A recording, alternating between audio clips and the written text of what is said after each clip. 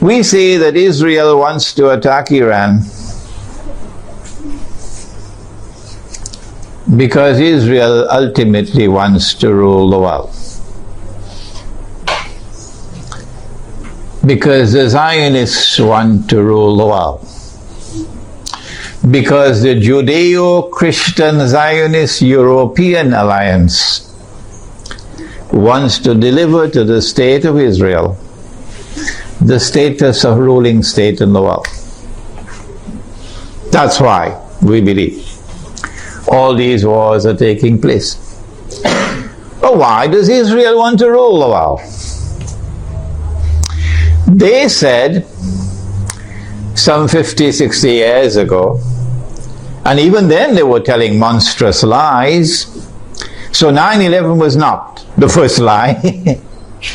They said that all that we want to do is to create a Jewish homeland in the Holy Land where Jews can live in safety and security.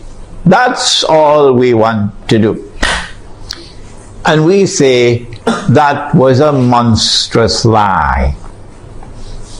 What you wanted to do was to establish a Zionist state in the Holy Land which would seek to impersonate Holy Israel, the holy state of Israel that was established by Nabi Dawood alayhi salam, the Prophet David, and Nabi Sulaiman alayhi salam, the Prophet Solomon, and that this Zionist state of Israel would one day rule the world.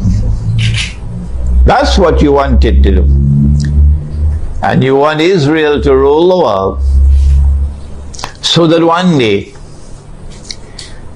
not too long from now incidentally, a man would stand up in Israel. Nabi Muhammad alayhi salatu wasalam described that man to us 1400 years ago or more. So if you're listening in Washington tonight, let's tell you what the Prophet said. And if you're listening in London and in Jerusalem tonight, let's tell you what Prophet Muhammad alayhi salatu wasalam said. He said that that man would be a Jew. He would be a young man. And so the end of history will witness young people taking over the world. He would be a powerfully built man. He would have curly hair. And he would declare,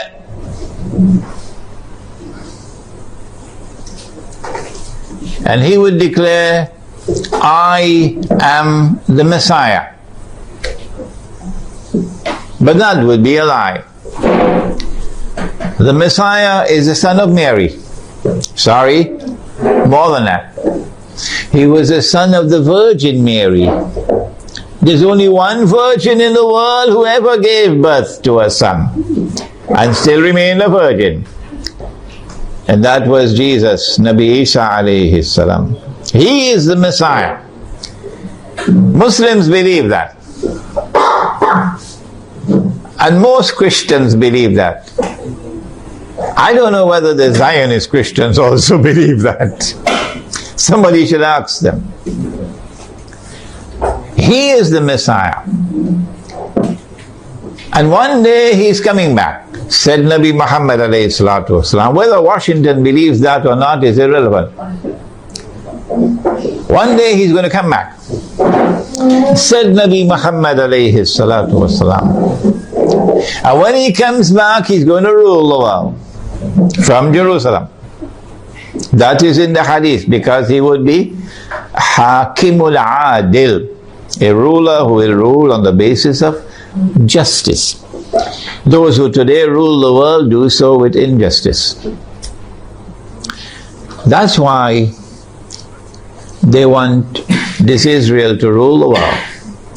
Because that man who says, I am the Messiah, would not be the son of the Virgin Mary.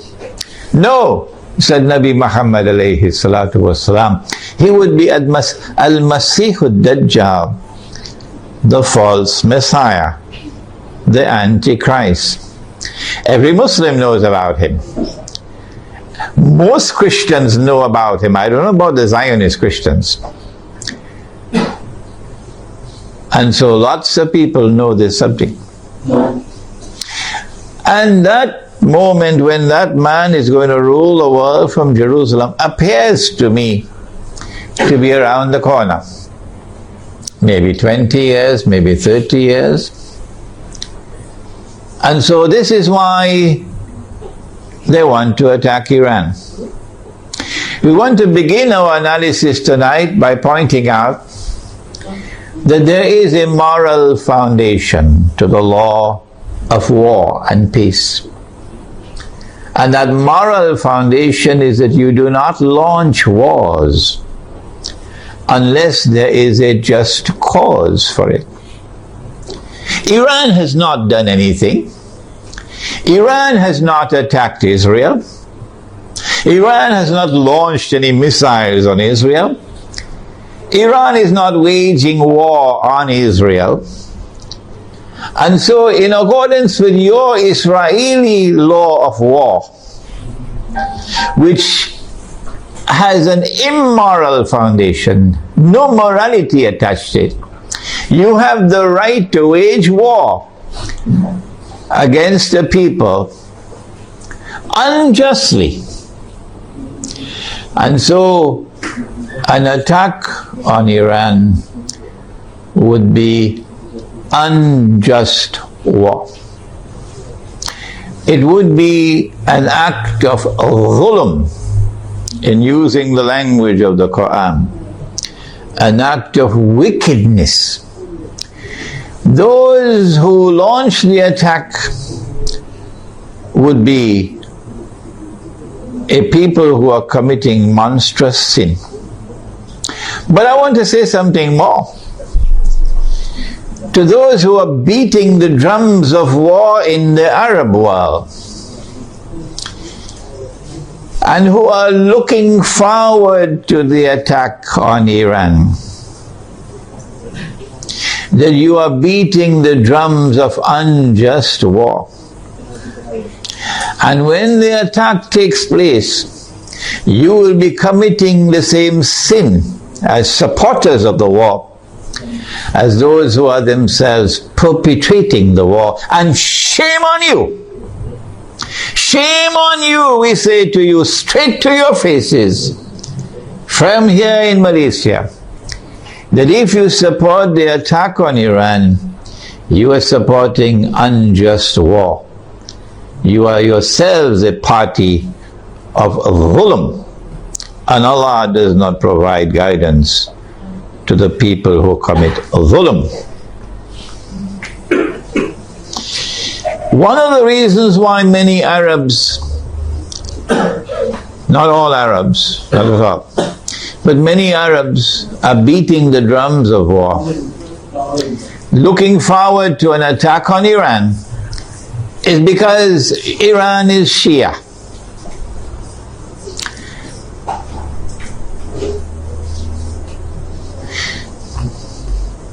They hold the view that Shia are kuffar, and hence it is permissible to launch war on the kuffar, the disbelievers.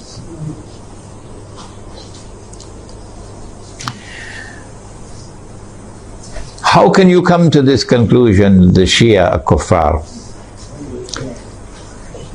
If the Shia are kuffar, then there must be some ijma' or consensus of opinion on that subject. That consensus has never been achieved in 1400 years. Why?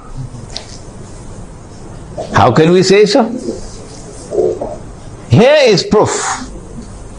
This is not the only proof, but this is adequate.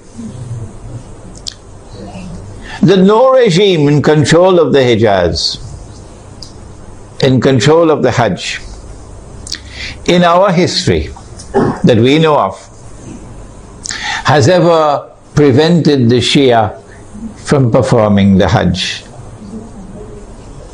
As a consequence, we say, it is too late in the day now for you to come with any manufactured arguments declaring the Shia to be kuffar. Yes, we agree that it is an act of profound misguidance to declare that Abu Bakr Siddiq radiallahu ta'ala anhu was a usurper, and that Umar Farooq radiallahu ta'ala anhu was a usurper, and that Uthman Ghani radiallahu ta'ala anhu was a usurper. Three of the foremost companions of the Prophet alayhi salatu wasalam. It's a massive vote of no confidence in the Prophet himself alayhi salatu wasalam. And we say of those who insist that these three companions of the Prophet alayhi salatu wasalam were usurpers, we say you are profoundly misguided. But we never say that you are not Muslims. You still are our Muslim brothers. And so the argument that the Shia are kuffar and hence it is permissible to launch war on them is invalid. But secondly, does the religion of Islam say it is permissible to wage war on kuffar? Where did you learn your Islam from? Mars or Venus or Jupiter? Huh? This is the religion of Islam. Truth is from your Lord.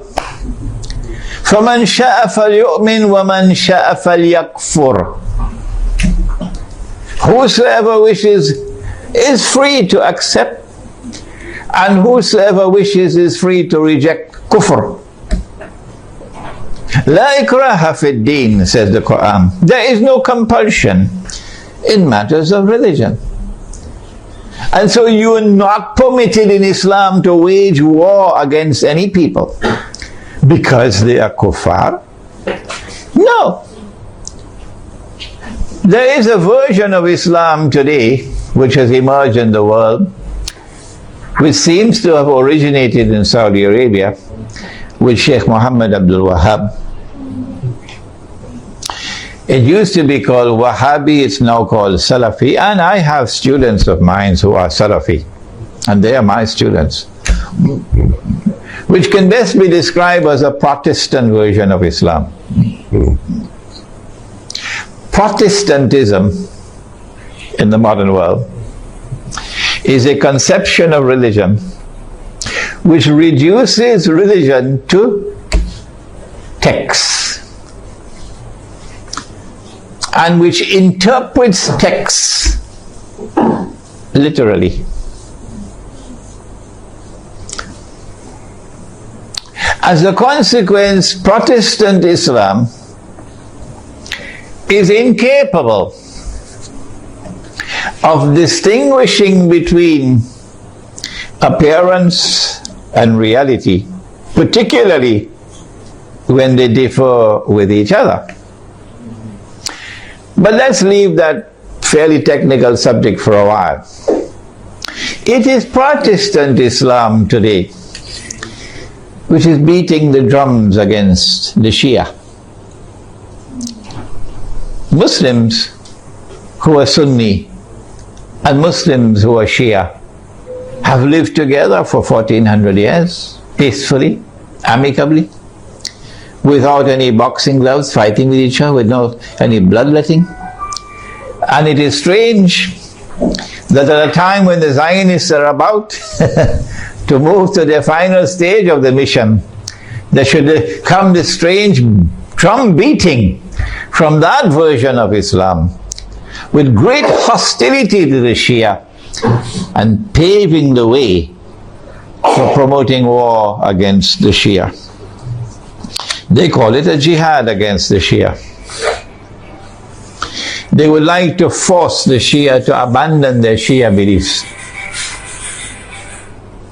and to become Sunni. Do you do it by warfare? Actually, although they themselves may not understand it, the drum beating against the Shia. And the attack which is about to be launched on Iran is located in a larger framework in which those who are waging war on Islam are seeking to do something that will function as a catalyst for creating Sunni Shia civil war in the world of Islam. Sunni Shia civil war would be something that would be massively beneficial for Israel. Number one, Sunni Shia civil war will make Islam look negatively, a negative image in the world. At a moment when Islam is center stage in the attention of the whole world. Number two, Sunni Shia civil war in Islam, Sunni versus Shia, would function as a diversion, diverting attention, both Muslim and non-Muslim attention, away from the plans of the Zionists to rule the world. Thirdly, Muslims fighting against themselves will obviously lead to a loss of power. Our power will decrease, and that will be strategically advantageous for Israel. But most important of all, if an attack on Iran provokes Sunnis to be so foolish as to turn in hatred against the Shia, and provokes Shia to be equally foolish to turn in hatred against the Sunni, then that Sunni Shia civil war, and I hope none in our audience here tonight is so stupid, it will allow that Sunni Shia civil war to destabilize very important parts of the world of Islam, where there are significant Shia communities living amongst the Sunnis. Before we turn to identifying those areas which can be destabilized and advantageous for Israel, let us conclude this section by asking, how should Sunni Muslims around the world, who I hope would listen to this lecture, how should Sunni Muslims respond to an unjust Israeli and NATO attack on Iran? Number one, Sunni Muslims must follow the guidance of the Quran and the guidance which has come from Nabi Muhammad alayhi salatu wasalam, and not follow CNN and Al Jazeera.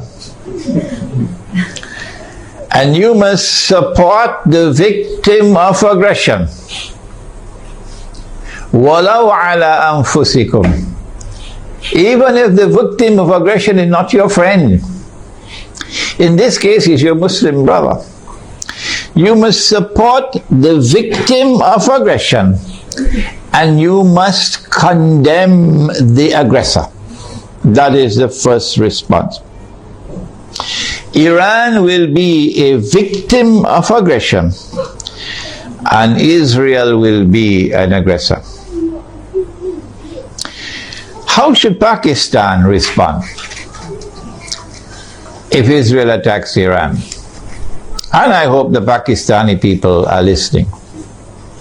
How should Egypt respond if Israel attacks Iran? Pakistani Muslims and Egyptian Muslims must ensure that they, the people, don't wait on the governments And don't wait on the armed forces. The people must respond by showing massive popular support for Iran as a victim of aggression, and must clearly condemn not only those who wage war on Iran, but also those who support those who are waging war on Iran, with particular reference to the government of Saudi Arabia. Number two, so we have dealt briefly with the Sunni Shia civil war problem. War on Iran, and my gosh, look how much time has gone. War on Iran obviously is going to impact on the world economy. Number one, on the price of oil.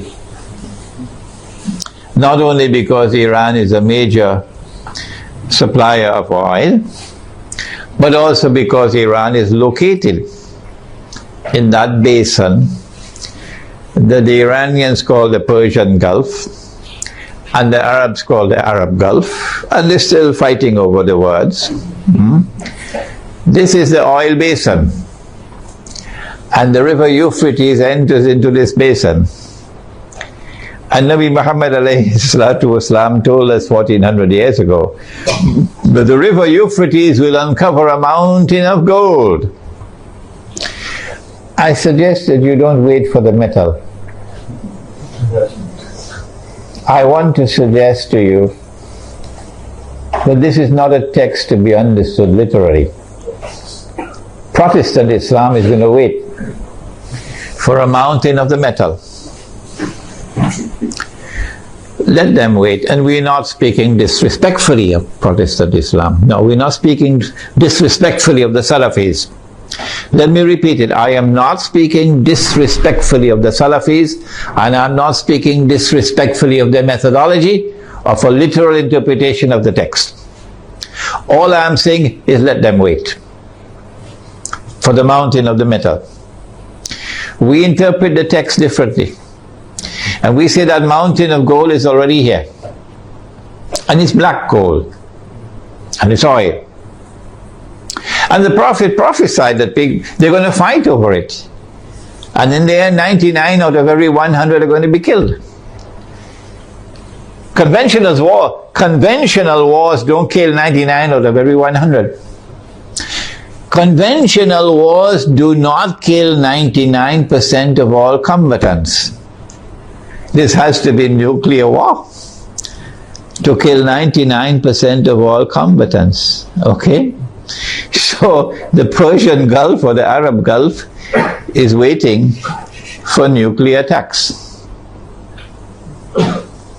The price of oil is going to shoot up because Iran can also block the Straits of Hormuz. Yes, in our Iranian territory on this side and Oman on that side. It's not difficult for Iran to block the Straits of Hormuz and disrupt the passage of oil tankers. So we can anticipate fairly confidently that the price of oil is going to escalate dramatically once the attack takes place. And the American government knows that. And that's why the American government does not want Iran to be attacked. Because the American government knows, and the Federal Reserve knows, and the bankers also know that the US dollar is going to collapse. It will not survive an Israeli attack on Iran with the price of oil shooting up through the roof. And if the US dollar collapses, of course, they're going to have to demonetize the US dollar. It will no longer be legal tender. They have to have something in place. They probably already have something to replace it, but at a fraction of its previous value.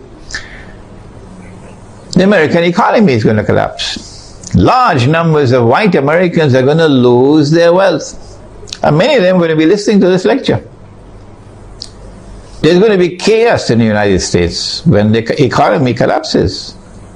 There can be riots in the United States, and they're already anticipating that. And so an attack on Iran would lead to economic, financial, and monetary consequences that will be disastrous for the US economy. Israel wants to become the new ruling state in the world. And for that you have to go to my book. Would someone kindly give me a copy of Jerusalem in the Quran? You have to go to my book, Jerusalem in the Quran, for the Islamic eschatology. The Dajjal, when he's released on earth, will live for 40 days.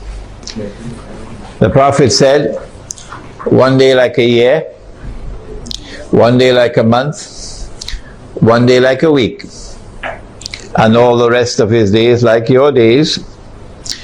We said a day like a year, and Britain became the ruling state in the world. And the world experienced what they call Pax Britannica.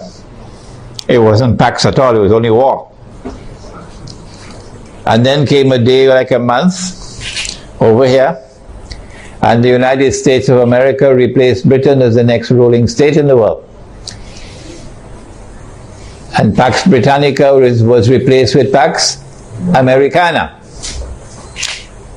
And the British sterling pound was replaced by the US dollar.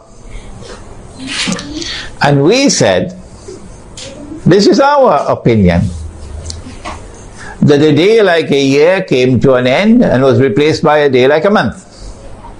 This is the first time in our history that this hadith was interpreted this way.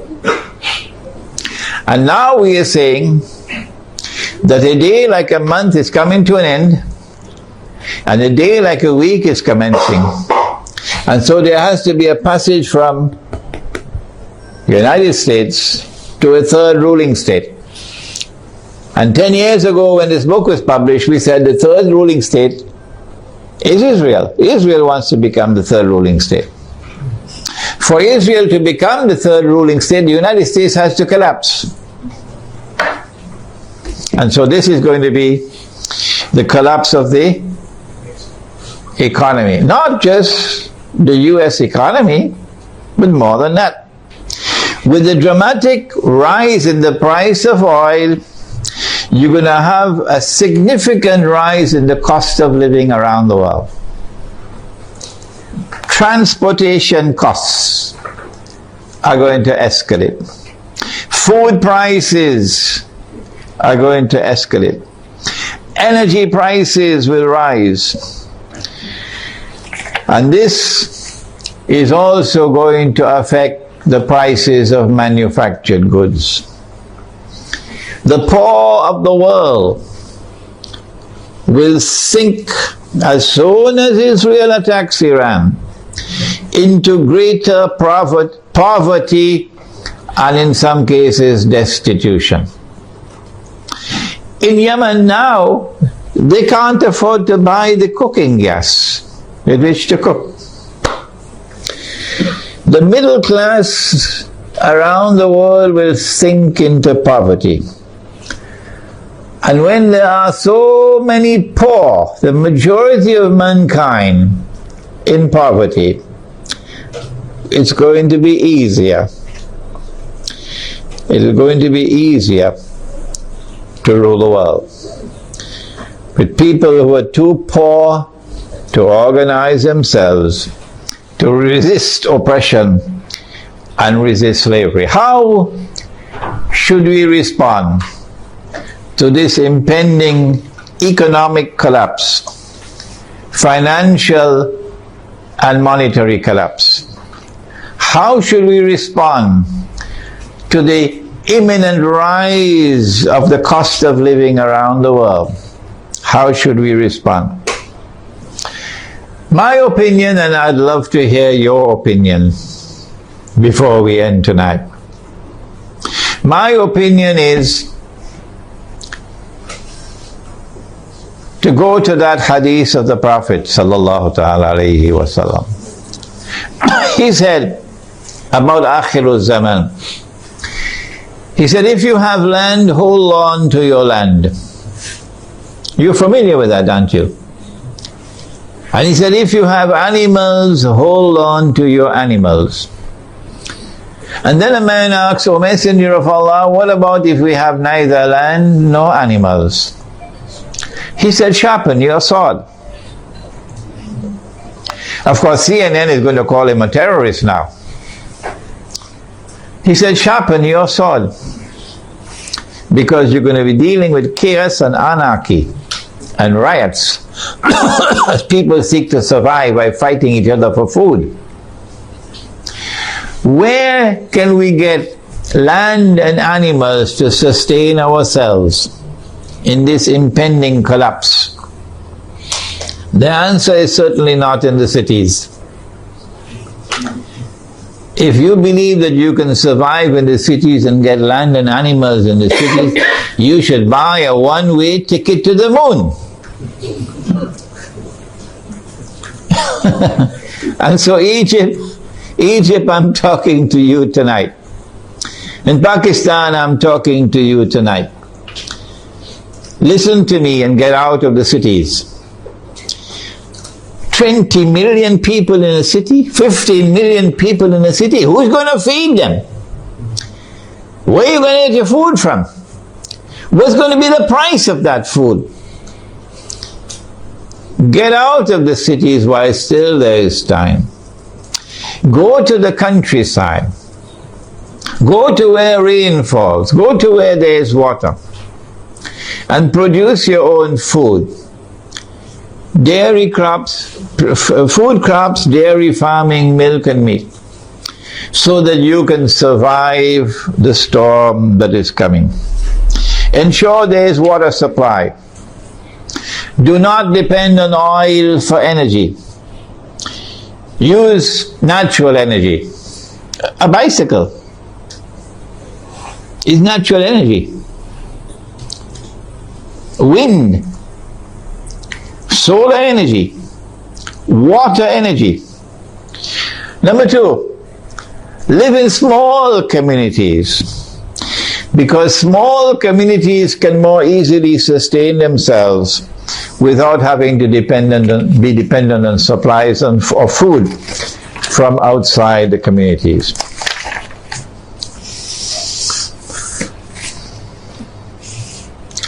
We now return to Pakistan.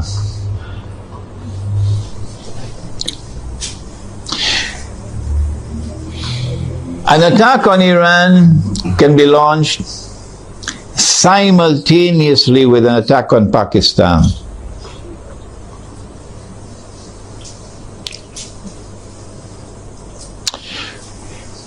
The purpose would be to eliminate Pakistan from the nuclear club. But we've been saying this for 10 years now. When the attack on America took place in September 2001, we produced a booklet 2 months later, a Muslim response to the attack on America. That booklet is on my website. And in that booklet we said that those who planned and executed 9/11 had as their ultimate target Pakistan.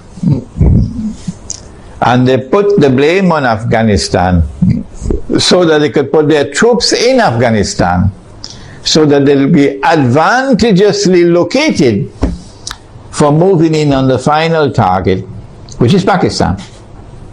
Why Pakistan? Why is Pakistan so important? The answer is Pakistan is a member of the nuclear club. It is the only Muslim country which possesses nuclear weapons.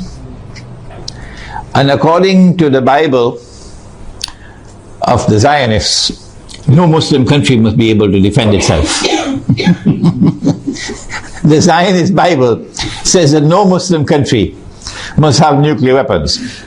But the Zionist Bible says Israel can have as many nuclear weapons as it wants. And Israel should be able to also use its nuclear weapons according to their moral law.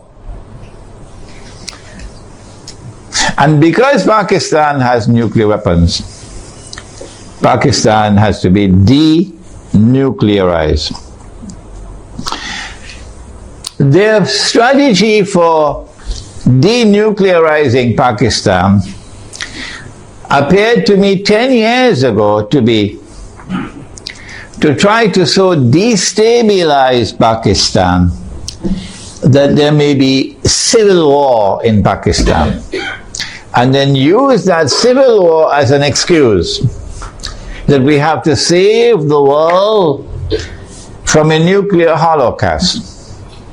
We have to save the world from nuclear weapons landing in the hands of terrorists. And so we have a mission. For the sake of mankind, we have to attack and invade Pakistan and destroy the nuclear plants in Pakistan and destroy the nuclear weapons in Pakistan, and also break up Pakistan into bits and pieces so it can never rise again.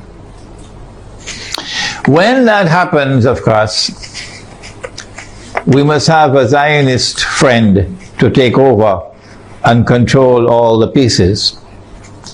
And it is time for Muslims around the world to recognize, including Muslims in Iran, that Israel's most strategic partner, most strategic ally in the world today, after the United States, is India, with Saudi Arabia neck and neck behind India.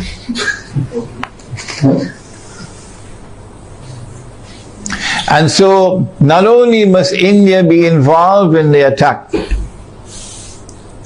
but also when the attack takes place on Pakistan, and if it succeeds, then in the sequel it is India who must now control the region on Israel's behalf.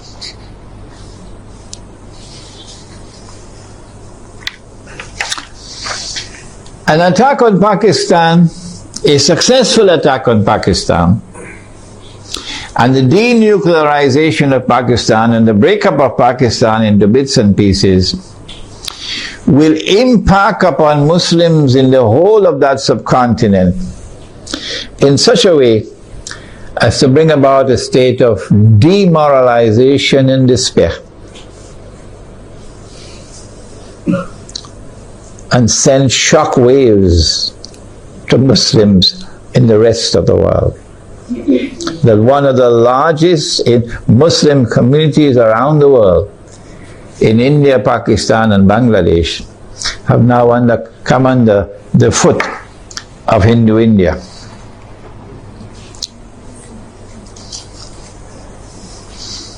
So India will rule the entire South Asia with NATO in control in Afghanistan. What should Pakistan do at a time like this late hour?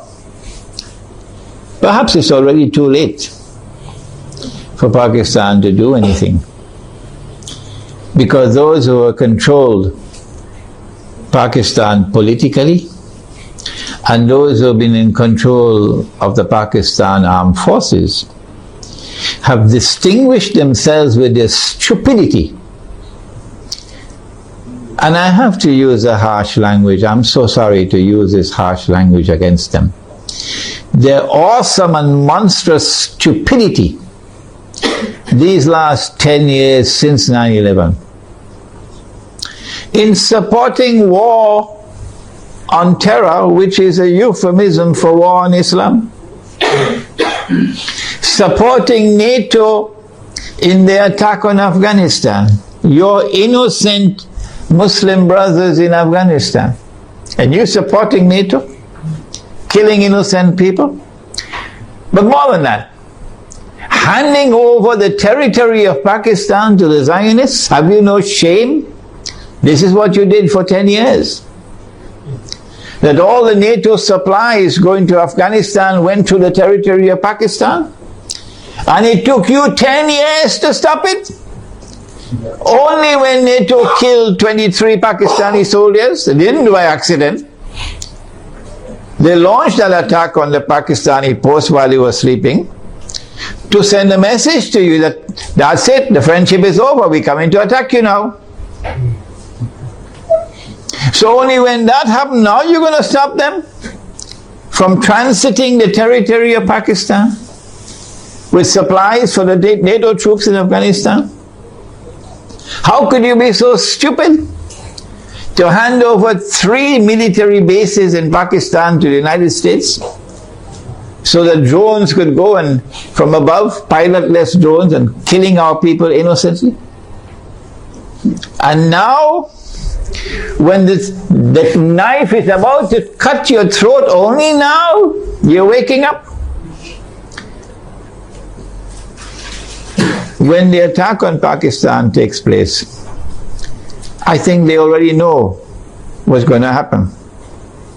So all of these Pakistani Zionists, I call them Zionists, probably already have their suitcases packed.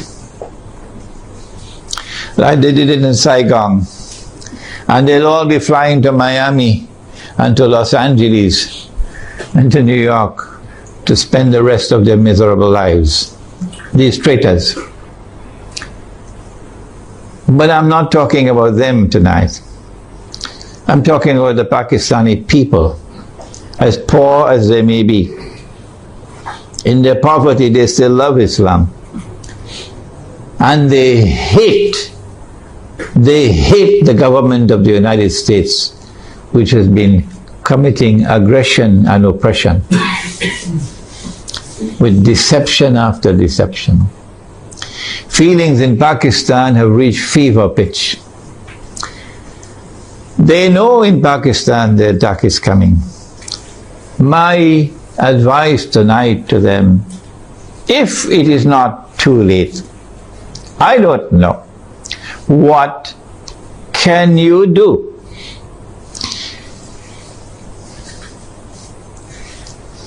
My answer is,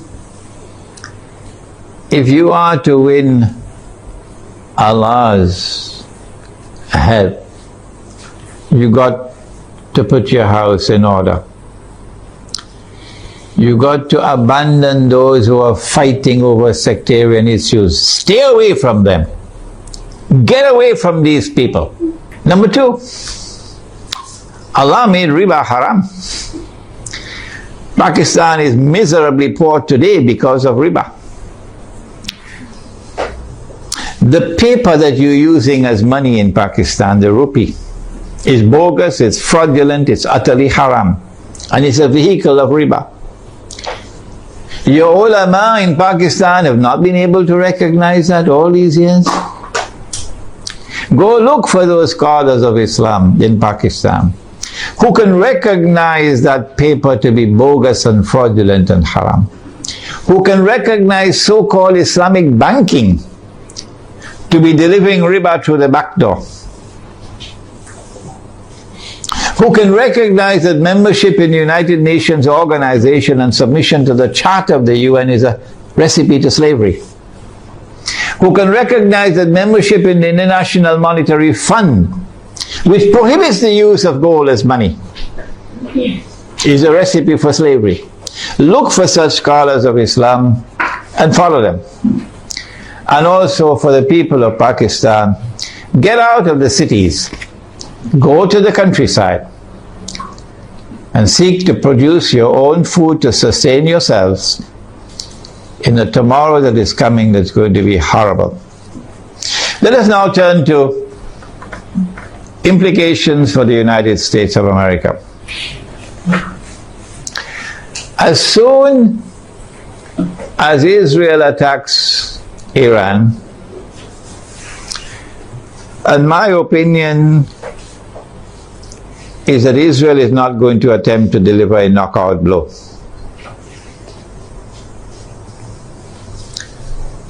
Israel will attack Iran in order to commence wars that she hopes will follow one after the other.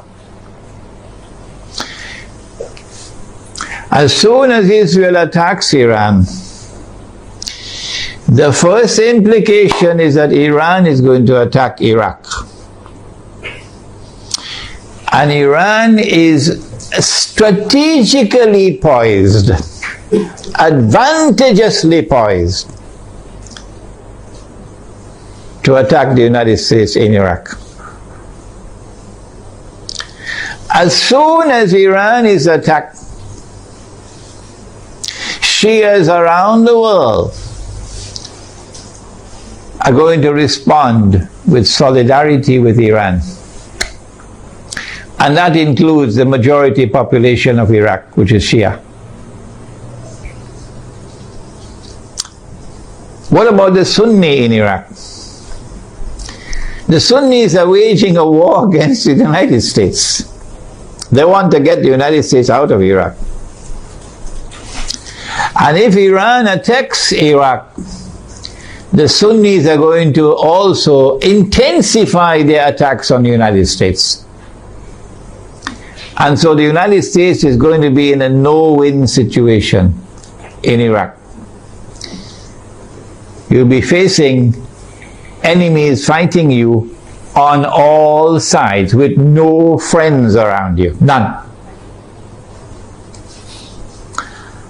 I don't think, and I hope and pray, I don't think that NATO will succeed in getting the Turkish government to act so stupidly to attack Iran.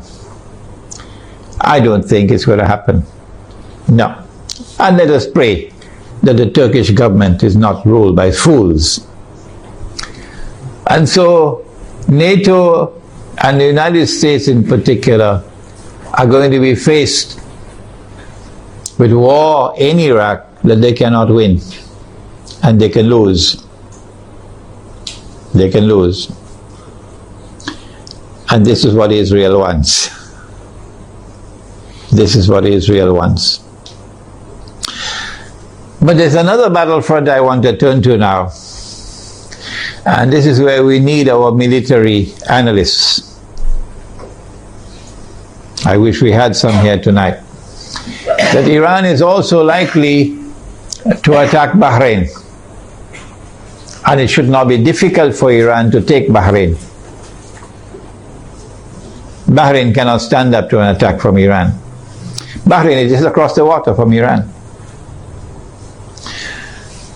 I am suggesting to you that Iran is going to attack and take Bahrain. And if and when Iran attacks and takes Bahrain, then there's a causeway between Bahrain and Saudi Arabia where you can drive back and forth. The road will be clear to Saudi Arabia. I am anticipating, and the Saudis probably already have their plans laid out very well, because they know what's going to happen. And Israel already knows what's going to happen. That they're then going to turn to the United States to invoke whatever secret agreements they have of defense. That the United States has to intervene in Saudi Arabia to protect Saudi Arabia from an attack from Iran. I think the Zionists in the US Congress will ensure, even though the US armed forces would not want to go in there, even though the Barak administration would not want to go into Saudi Arabia, the Zionists in the US Congress will ensure that American forces will have to enter into Saudi Arabia to face Iran. I'm also suspecting that they might do the same thing with Pakistan, to force the Pakistani political leadership and military leadership to follow some secret agreement they probably already have, to bring Pakistani troops into Saudi Arabia to face Iran. If that happens, number one consequence will be the United States will be facing two fronts where they're going to lose the war. The first front will be Iraq, and the second front will be Saudi Arabia.